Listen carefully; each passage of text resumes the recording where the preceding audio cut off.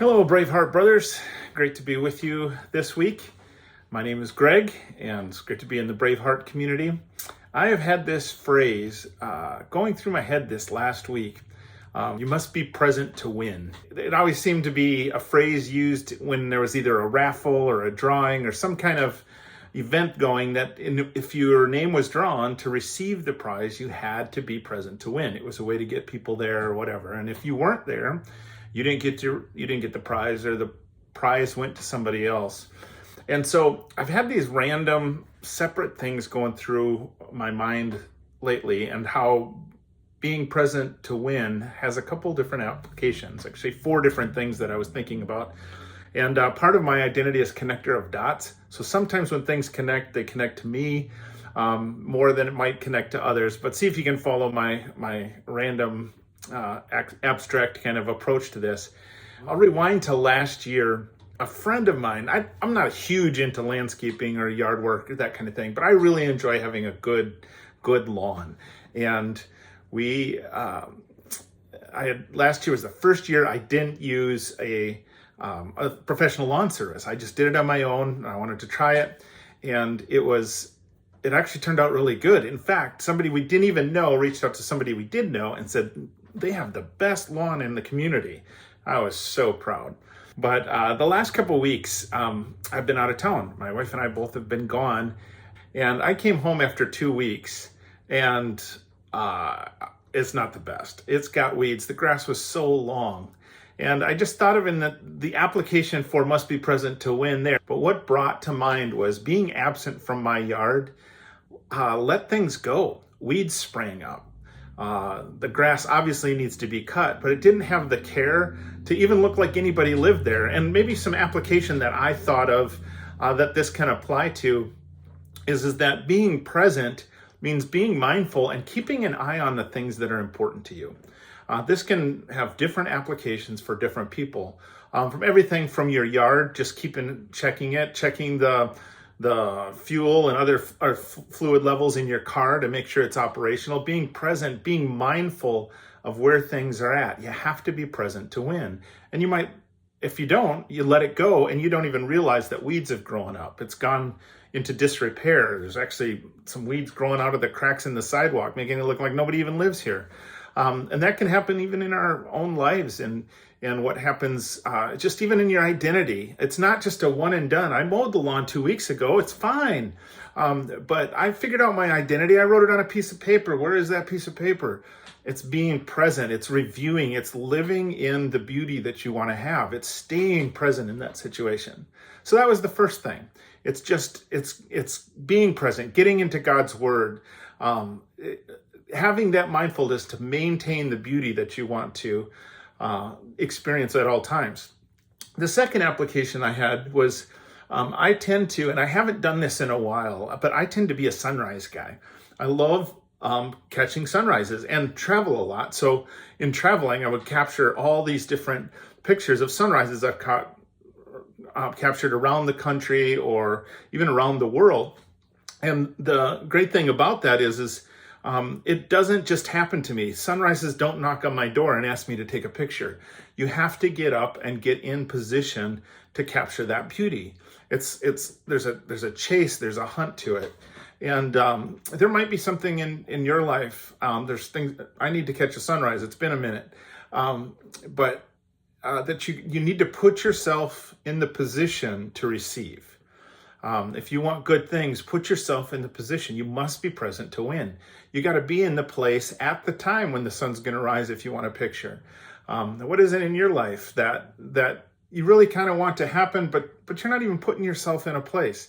In fact, the reason we were out of town for 2 weeks, part of that time, one of the weeks, was we were putting ourselves in a community where we needed to meet with different people about our future, about things that are coming up, about plans that we're making, connecting with a community that if we wouldn't normally see. We put ourselves in that position to get together with friends, to keep the plates spinning in the relationships.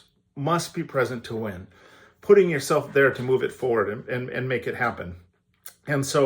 And capturing that beauty, and not being there, you miss out on a few different things. So while we were out of town, this brings us up to the third thing, and this this is kind of a random thing, but there was one night we'd gone out to dinner with some folks, and in that conversation, some things had come up in the meeting that just triggered some things from the past, and I ended up waking up at about 3 a.m, just kind of bitter and frustrated about some things in the past, and I could not let go, and I was just up, and I need to forgive the situation, and even better yet, Lord, what do you know about this, and what do you want me to do? And all of a sudden it popped in my head, this is pre-sunrise, I like sunrises, but it occurred to me that there was a Braveheart, another Braveheart man that I've never met, but is also a sunrise chaser. I've seen him post on Facebook pictures of sunrises and different things. And I was like, I think he lives in the same community that we're in right now. And so just randomly at 5 a.m, I send a Facebook message to Ken. I've never met Ken in person. I'm like, Ken, I don't know if you're in this community or not, but we've interacted just liking each other's sunrise pictures and that kind of thing. And the coolest thing happened. Ken says, yeah, I live in this community. He sent me his address, and we were 5 minutes away. So you know what? I'm like, I'll see you at Starbucks in 15 minutes. And we had the best time. Never met in person. We spent 2 hours just talking about what God was doing in our lives, things that we're going through. And being present in that conversation was absolutely fantastic. You know what it was better than? It was better than me staying from 3 o'clock in the morning till 8 o'clock in the morning with my mind on the things that it shouldn't have been, on frustrations, past hurts, different things like that. And so saying, God, where do you want me to be? Must be present to win. Hearing God's voice in that moment, but also responding, reaching out, and then having this great conversation. And you know what? I didn't do during that conversation. I didn't sit on my phone. Ken didn't sit on his phone. We sat there interacting, listened to each other's story, encouraging each other. And it was awesome, and it was random. And it just came from being present, and brings me up to the fourth thing. Pay attention. Be present in every conversation. I struggle with this because my mind works really fast. And a lot of times in my conversations, I will get distracted. Sometimes I want to play out, even while having a conversation, I'm checking my Facebook or playing a game on my phone or something. It can be really, really tough to do. And I was thinking of a music analogy that I'm going to try to give you and see if this works, that a lot of times in a conversation, well, first, put the phone down and be present, whether your kids, your family, just friends or whatever. Listen to the conversation, pay attention, be present. There's things to win. And I was thinking of in terms of a conversation like a melody. Usually like what's being said on the surface is like the melody. You hear it. You recognize it? We all know that melody, right? So that's there. And sometimes you're like, oh, I know that melody, I got it. And you're already jumping on to the next thing you're going to say, the next thing you're trying to think of how you respond. But sometimes there's even more behind that melody that you can listen to. There's a harmony. There's more beauty if you listen. Things that you'd normally miss if you just were only thinking about what you're saying. I can't really talk and play at the same time. But then the other thing is to listen to dissonance. Sometimes you're like, when you're talking to somebody, you can hear, wait, that doesn't quite sound right. And you might just pass it off and be like, I'm going to go on and not really worry about, pay attention. But sometimes paying attention to that tension and leaning in and asking another question. Well, what do you mean you're struggling with that person? What is that really saying about you? Or where are you at in your identity? If I'm distracted and on my phone and doing different things, you miss those little dissonances. Pay attention not just to the melody, not just to what you're going to say, not just to the harmony or the beauty of the thing, but also the dissonance. Paying attention, be present, because through that conversation, beautiful orchestration can come, and you can help each other tune the instrument. You can give strength, but it's paying attention to the tension. My wife has this tell, and we were talking about this today. She's not as verbal as I am. I'm verbal and usually long-winded in my verbalness. If I'm thinking something, I'm probably saying it. But she has this little tell. She'll just be sitting there and with her fingers, she'll do this little tapping with her finger. And usually it means that something's bugging her. She doesn't even know she's doing it, and she'll be sitting on the couch or riding in the car. She's just quiet. But that means her head is in something. And sometimes she wants to talk about it, and sometimes she doesn't. But I'll go, what's that? And it leads to some really good conversation, some really good resolution, things that she's trying to wrestle through in her mind that we can talk about. Sometimes it's things let the lawn get too long or something like that.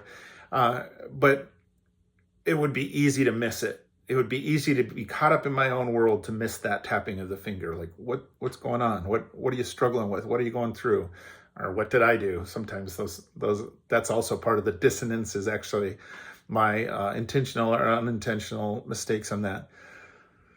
But being present and being part of that is the win. That's how we win, is being there. And so I want to encourage you, men, no matter who you are, no matter where you're at in your dream, your vision, what you think you might be missing, what frustrations, discouragement, be present, be there. Go to the place where you can receive. Set your alarm clock. Whatever it is, make those tiny habits, those tiny steps towards victory. We must be present to win. You don't know what the win is today. The win might not even be for you. You might be helping somebody else win just by listening, just by encouraging, just by strengthening. Well, I hope you're there this week, this day, when hearing this, when your number comes up and the drawing's there, because you're there. You caught the sunrise. You met the new friend. You encouraged somebody. You unlocked a part of somebody's heart that needed to talk to you. And you were there to mow your lawn. So, all right, man, have a great week. God bless.